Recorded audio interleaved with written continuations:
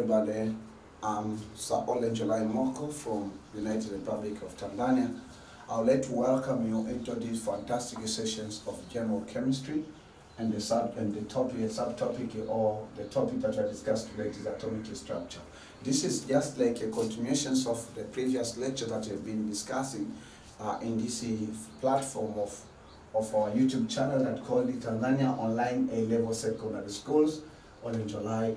Thank you very much. I would like to insist you that to subscribe, to ask questions, make sure that just to do all the primary activities that I've asked you to do, so that we may be together and stay connected. So I don't want just to waste much of your time. I would like just to ask you to pay the attention.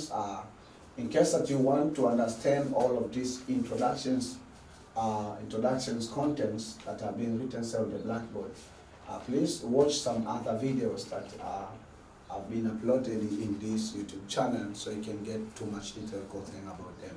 So right now, let us go to the session, and this is session 8 or lecture 8 or period 8, and I would like to do the quick review of what we did in lecture, quick review of lecture 7. So in lecture 7, what I have taught you, I taught you about shortcoming, right? I taught about shortcomings of what? Of Bohr's atomic model. And I left the homework there for you to do. I asked you that I taught you 5, I asked you to go and look for the other for 2 or 3 or 4. Did you do that? So if you did it, let me know in the comment section. Again, I reminded, or I told you about Rietveld equation, right? Which is said that one over wavelengths is equal to Rietveld constant 1 over energy level 1 square minus 1 over energy level 2 square, like this. And then she discussed about also Planck's law.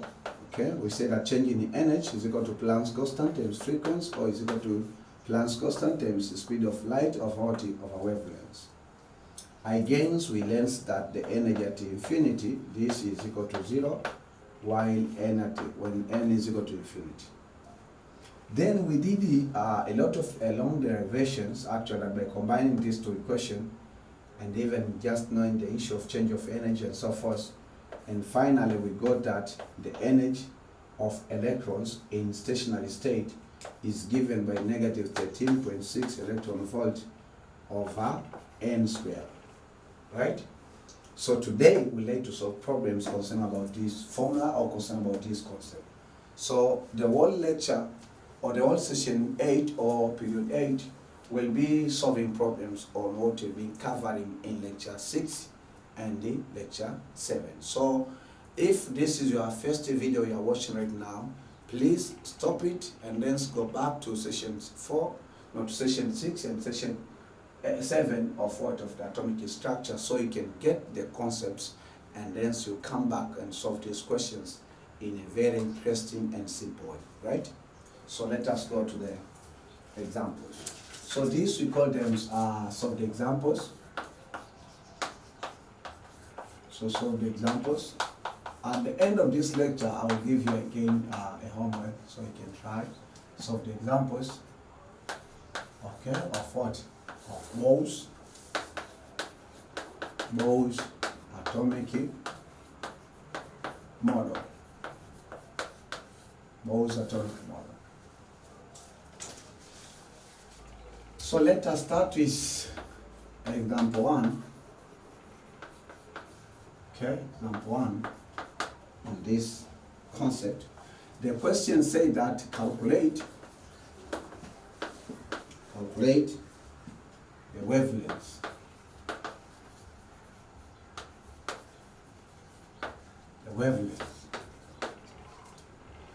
of the line in the Balmer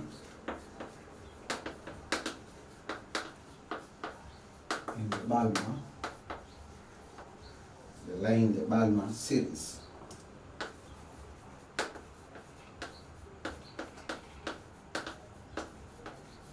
associated with energy transition. With energy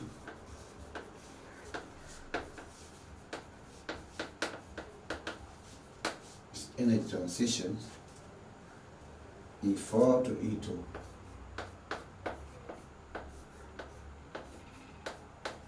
E4 to E2, where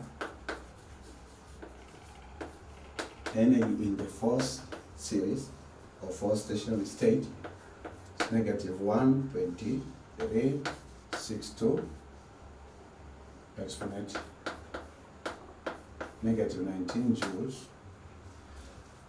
and energy in the second stationary state is negative 5.5 or 0.498, so negative 19 joules. Then we have Planck's constant is 6.63 exponent negative 34 joules second. Then our speed of the light is 3 exponent 8 meter per second. Remember that I told you the constants of Bohr is very important, and very important in general chemistry or in atomic structure, also very important in atomic physics. Okay, so speed of the light is like that one. So we need to find the wavelengths. Okay? So let me explain briefly the meaning of the question. Calculate the wavelength. So the questions ask us to calculate the wavelengths of the line in the Balmer series associated with energy transition from energy 4 to energy 2, where energy 4 is this one, energy 2 is this one, Planck's constant that one, then speed of the light that one. So that's what the questions ask us to do. Let me check in case that. So, solution. I didn't leave any piece of information, so it gives us all the informations. Let me ask you a question. When you say transition from E4 to E2, which is a higher energy level? Is E4 high energy level or E2 a high? Is E2 high energy level? Huh? Think a moment. E4 it's a high energy level because the means of E4 means E when n is equal to 4. And this is E, it means energy, associated energy of electrons in the secondary series or second line when what? When n is equal to 2. But even the question itself is just described. Calculate the wavelengths of the line in the Balmer series associated with energy transition. I mean the electrons was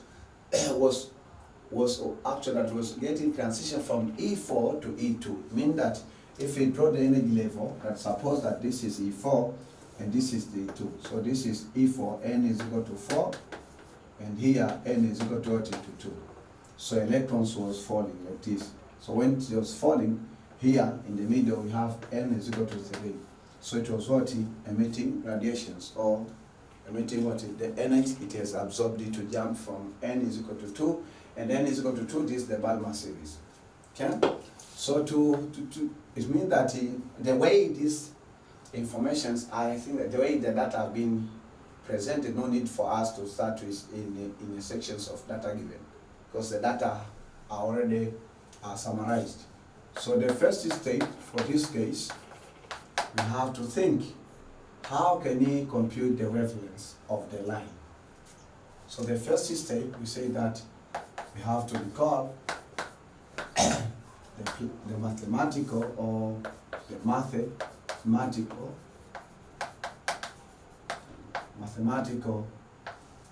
Planck's equation. Mathematical Planck's equation. Mathematical Planck's equation.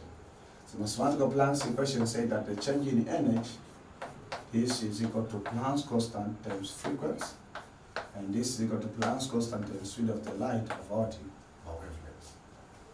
So change in energy also, this means that we take the energy of electrons in higher state E4 minus E2. This is equal to Planck's constant speed of the light over wavelength. So we are looking for wavelength. So wavelength is equal to Planck's constant speed of the light. This is E4 minus E2. Right? So if that the case, you say that the wavelength is equal to the Planck's constant. So we just do the computations. The Planck's constant is 60.663 exponent negative 34 joules second. Speed of the light is 3 exponent 8 meter per second, and length divided by nh, and this nh is what? E4, which is negative 1.362 exponent negative 19 joules minus negative 5.498 exponent 30 negative 19 joules. So then the wavelength will be 6.63 times 3 times 10 negative 34 plus 8 is equal to negative 26, and then but the unit there it is joules meter second per second. So joules meter right now, because second and per second has vanished out. So again, the denominator we have negative 1 and 36, 2 is from negative 19 joules plus what? Plus 5.498, then it's from 30 at negative 19 joules. So you have to use your scientific calculator on computing. So joules cancel. So the final response will be in terms of what? Of meter. So if you use your scientific calculator, the wavelength will be 4.8 exponent negative 7 meter. So 4.8 exponent negative 7 meter. But in most cases, in case of atomic structure, the wavelengths, we use describe the wavelengths in terms of angstroms or nanometer. Those are the famous units. So you go for the second step. Second step, we say that express wavelengths in what? In angstrom. So you have to express the wavelengths in terms of what? Or in angstrom.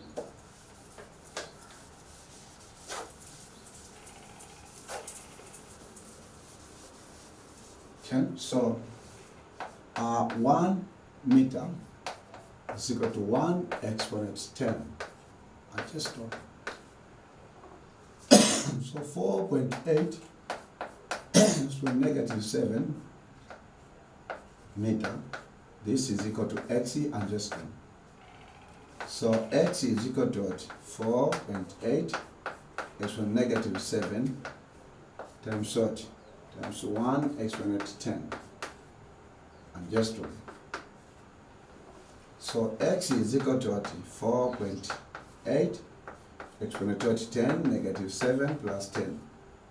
What? Angstrom. So this will make 4800 angstrom, because 10 plus negative means 10 minus 73. So therefore the wavelength, so now we write like this, the wavelength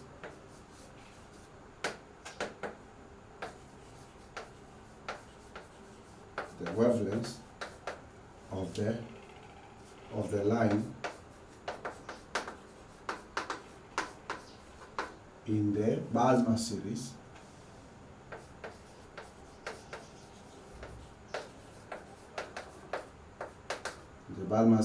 is 4800 angstrom.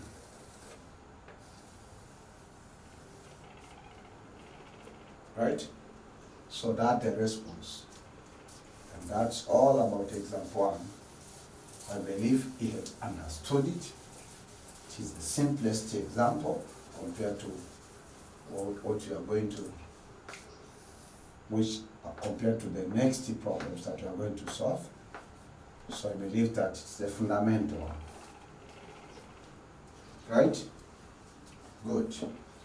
So now let us go to the second example of this concept. So this is a little bit concept now.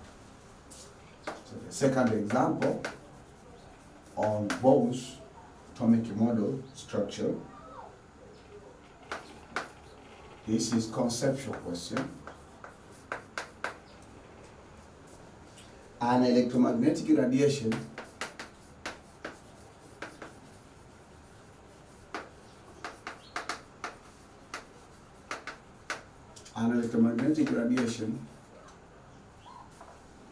was emitted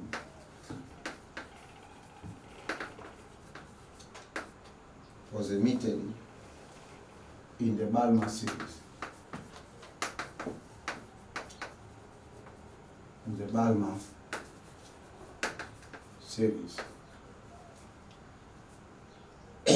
As a result of electron transition.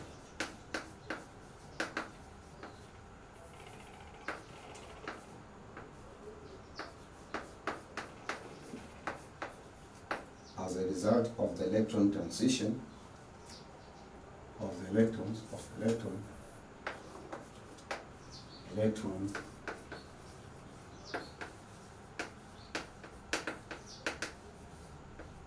electron transition between N2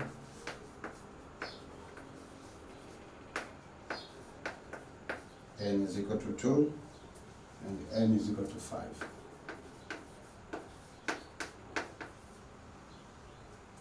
Calculate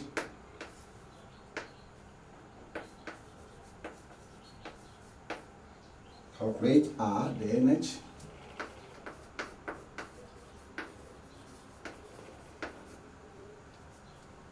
of radiation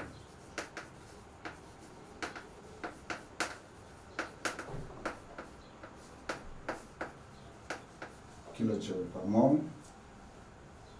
B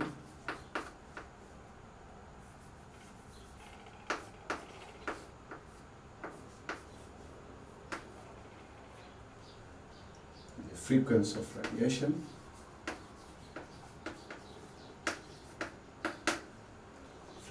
radiation, this will be your homework. I'll be giving you the homework in different ways. So this is your homework, because it's very simple. I told you, if you go through the lecture 7, you may do that. Then the wavelengths, but from an A, I have to help you because it's a little bit conceptual. The wavelengths of radiations in meters. Radiation in meters. So this also is common.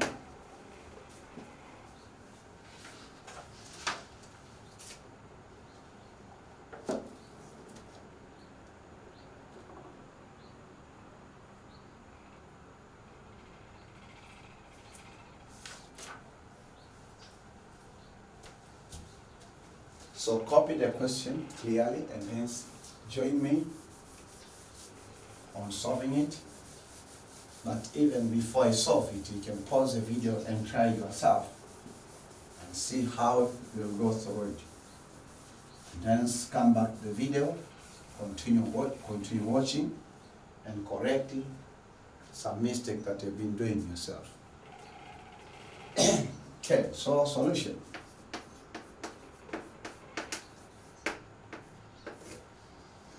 An electromagnetic radiation was emitted in the Balmer series as a result of electron transition between n is equal to 2 and n is equal to 5.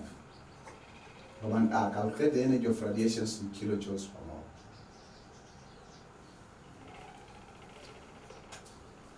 So the first step, in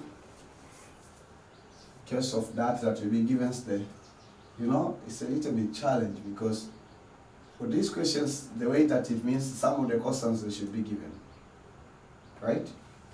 So it means that some of the constants, we need some of the constants. So in case you be given these questions in the exam, then the value of Lebesgue constant should be given, which is equal to 1.01 exponent to 7. And hence the value of the speed of light should be given 3 exponent to 8 meter per second. And then the value of what again, Planck's constant should be given is 6.63 actually negative 34 joules second.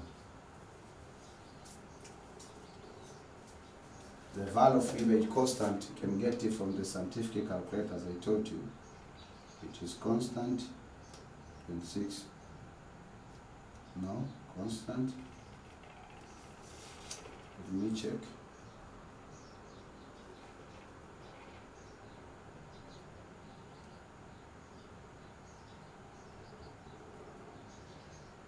Constant 16.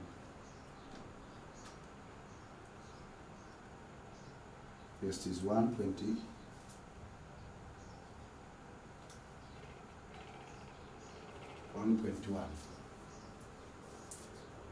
Or 1.09.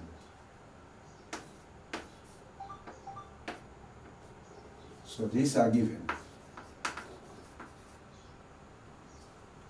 Solution. You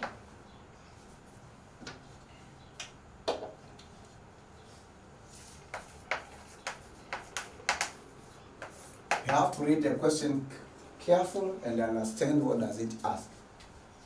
And electromagnetic radiations was emitted in the Balmer series as the result of electron transition between n is equal to 2 to n is equal to 5.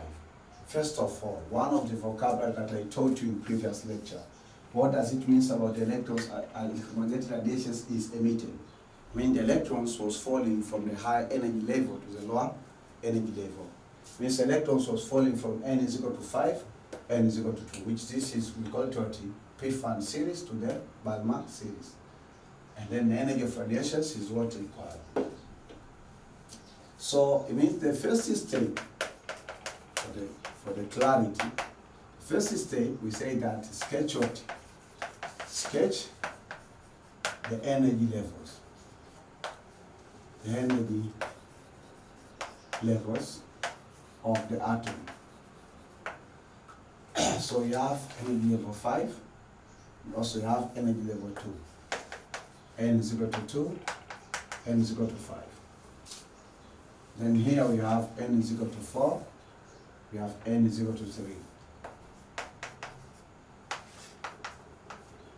But concentrations is this is the Balmer series, as I told you, and this we call the P-Fan series. P-Fan series.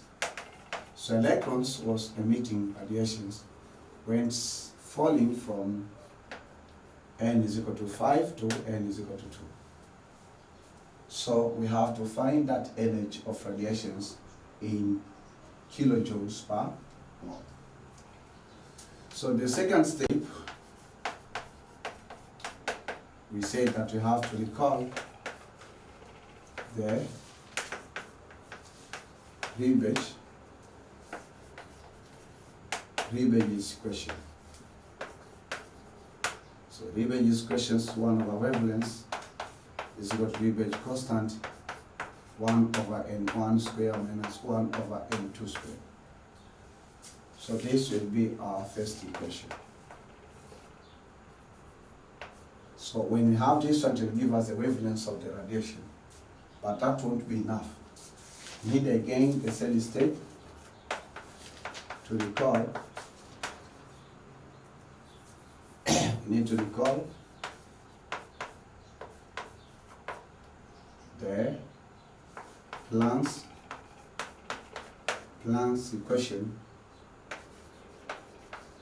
equations of radiation, where we say that change in energy is equal to Planck's constant and frequency, Planck's constant and speed of the light of our wavelengths. So in this one, we say that it is Planck's constant times the speed of the light, then we have 1 over wavelengths outside. So So the Planck's equation will be the second equation. When the rebate it is first equation. So we say that the Planck's, we say that his change in energy is equal to Planck's constant speed of the light times 1 over wavelengths. This is equation 2.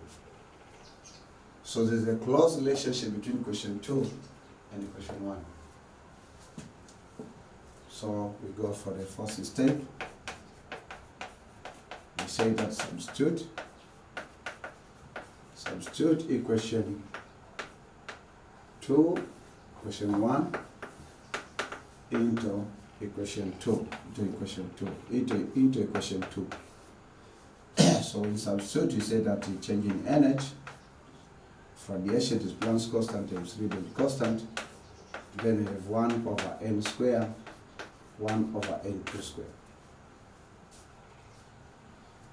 So the energy that you have to compute here, Planck's constant is 6.663, electron negative 34, speed of light is 3, exponent 8, rebate is 1.09, exponent 7, and hence you say that 1, this is 2 minus 1, that is 5 squared. So change in energy by using your scientific calculator, change in energy that you'll get there, change of energy that you're going to get is 2.18, no, total it is what? It is 2.18 times 21.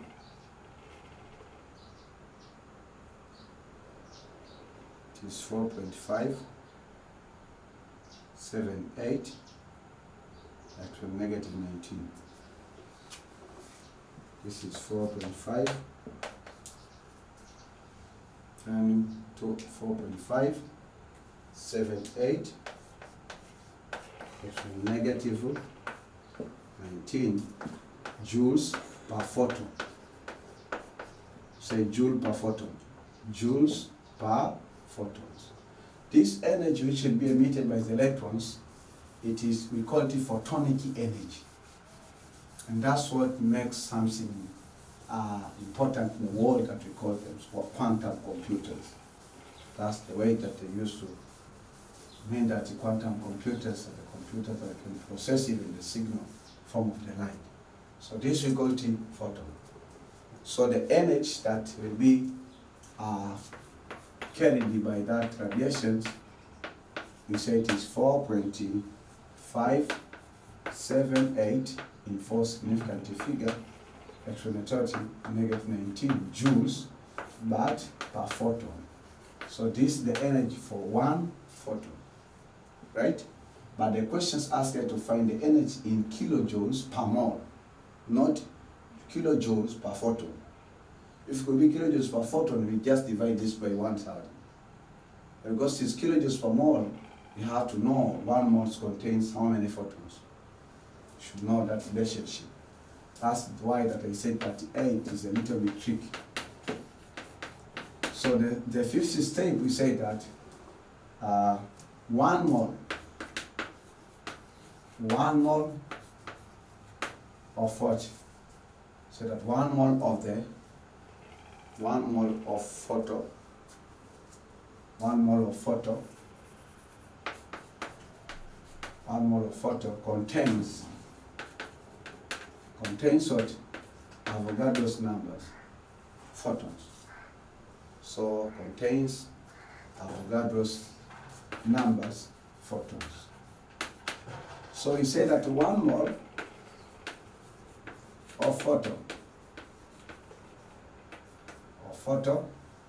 photon contains 6.23 as a negative what? So negative exponent positive 23 photons. Okay? So this is the relationship between mole and what and photons. So while there we say that 1 photon from this result, one photon is equal to 4.578 exponent negative 19 joules. That is one photon, right? So if that the energy contained in one photon is equal to that such amount of joules, what if now we have 6.23 exponent is it 6.23? 6.02, I'm sorry. I guess that I made a mistake, it is true. 6.02. So even here it is 6.02.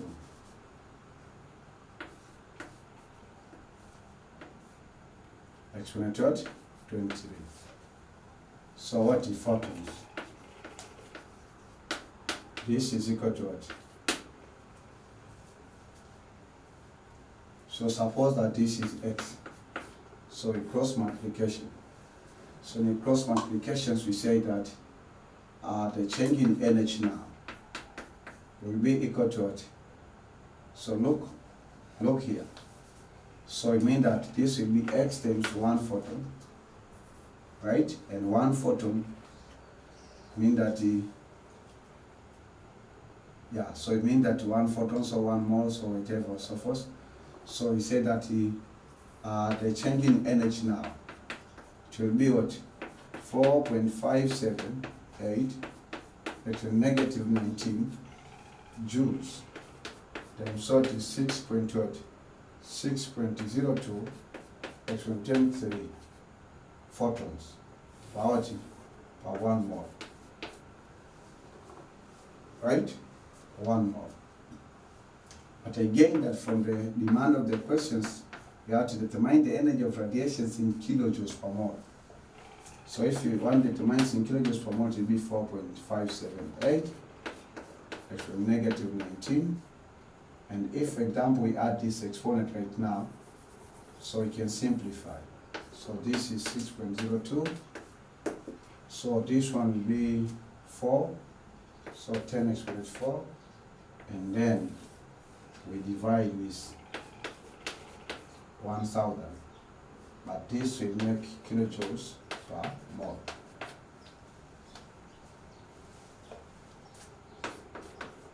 So the energy of the radiation now, so 1 0 and 1 0 cancel, we just have to multiply.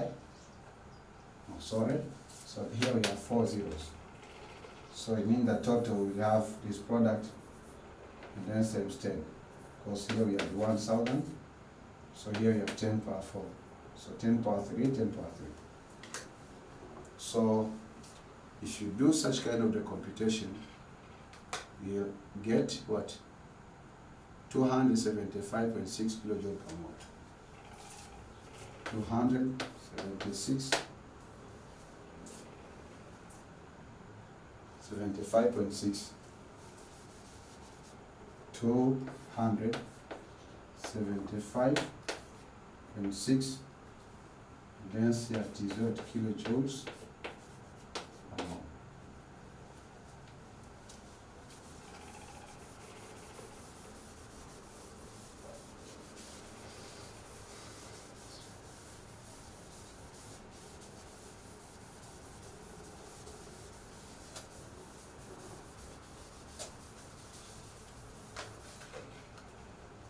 So we say that the energy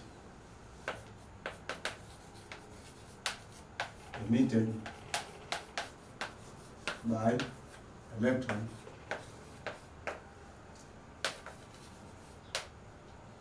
when it had the transition from E5 to that is what? Is 275.6 kilojoules per mole. This is the response for Roman R. Right? So you have to do for Roman B and for Roman C because I left them as your homework. Okay? Okay, good. So if that's the case, let us go to the example.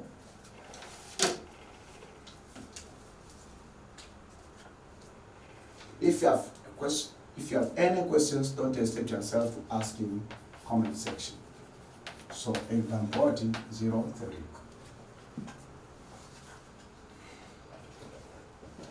Also, this is a little bit tricky, so I would like just you to modify it by writing the concept, the word concept. The question says that a diode laser emits at the wavelengths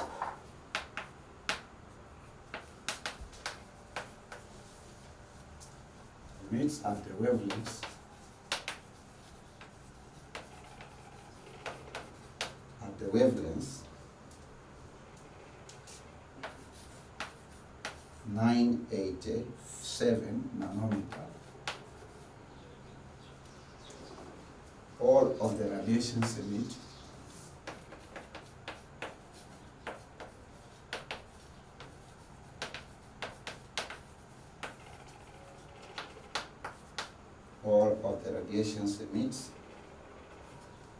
is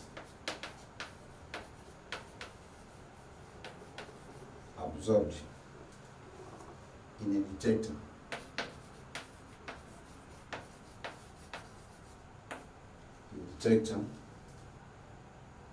Which measures the total energy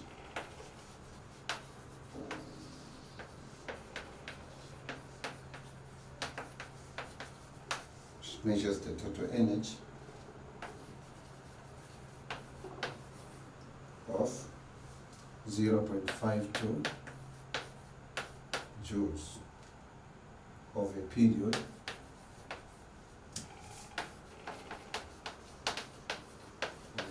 of 32 seconds.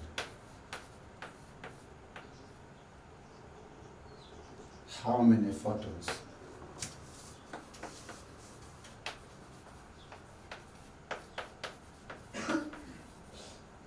How many photons a second?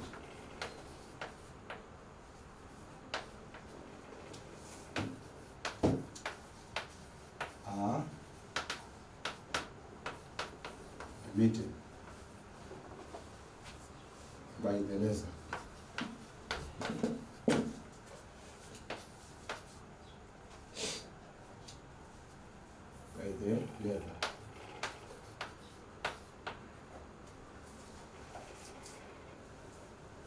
Not the questions we have to solve.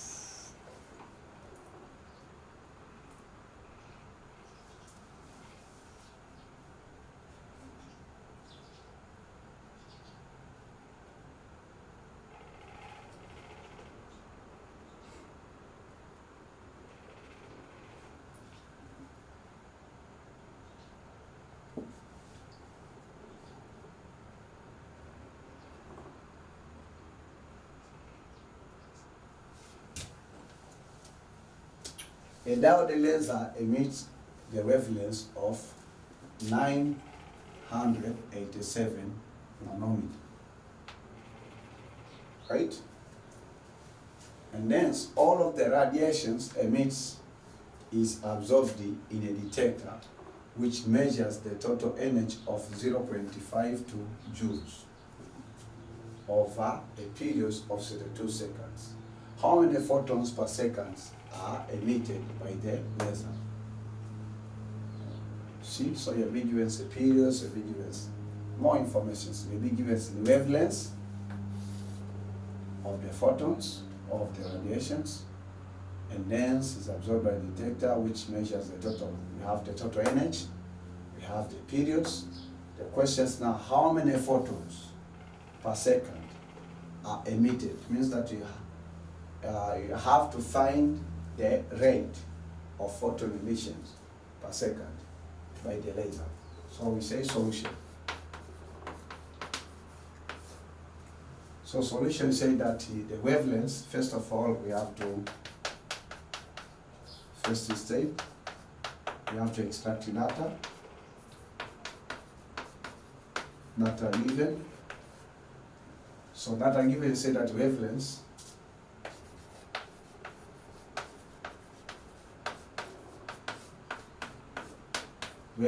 is equal to 987 nanometer.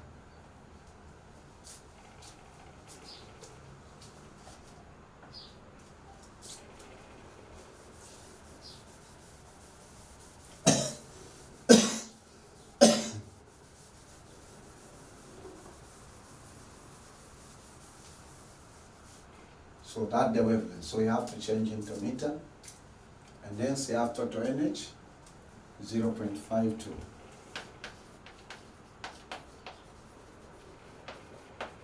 0 to 0.52 seconds. And then so you have what? Periods or time is 32 seconds. What's required? You have to find number of number of photons per second. This is what required. Number of photons per second emitted by the laser. So, if that's the case, what do we say? Say, okay, fine. So then we go for the second step. This is total energy. So total energy, we say that it used to be found by taking the energy per unity photons or per photons times number of photons. This total energy has been computed by taking the energy per photon, means energy in joules per photon, right? Multiplied by total number of photons emitted. Then you get the total energy. But now the questions ask us, let us find the number of photons per second which have been emitted. By what? By the laser diode. So you say a laser diode is just like it's this electronic device which actually allow the currents to flow in only one direction. So the second step now, we say that we have to recall the Planck's what? You have to recall the Planck's equation. The Planck's equation says that change in energy is equal to Planck's constant speed of the light over wavelengths. So this one, it will give us energy in joules per photon. This formula, Planck's equations give us energy in joules per photon. Planck's constant speed of the light times what wavelengths. So these two constant, Planck's constant and the speed of the light should be given. So 3 is equal to 3 exponent 8, while Planck's constant is equal to 6.6 what? 3 or 2, I think that's 3, so negative 34 joules second. So if it is the case now, we have to compute this energy associated or energy carried by this photon.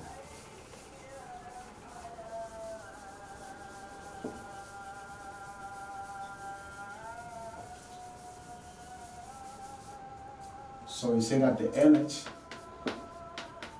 which is joules per photon, this will be equal to Planck's constant, which is 6.63 exponent negative 34 joules seconds.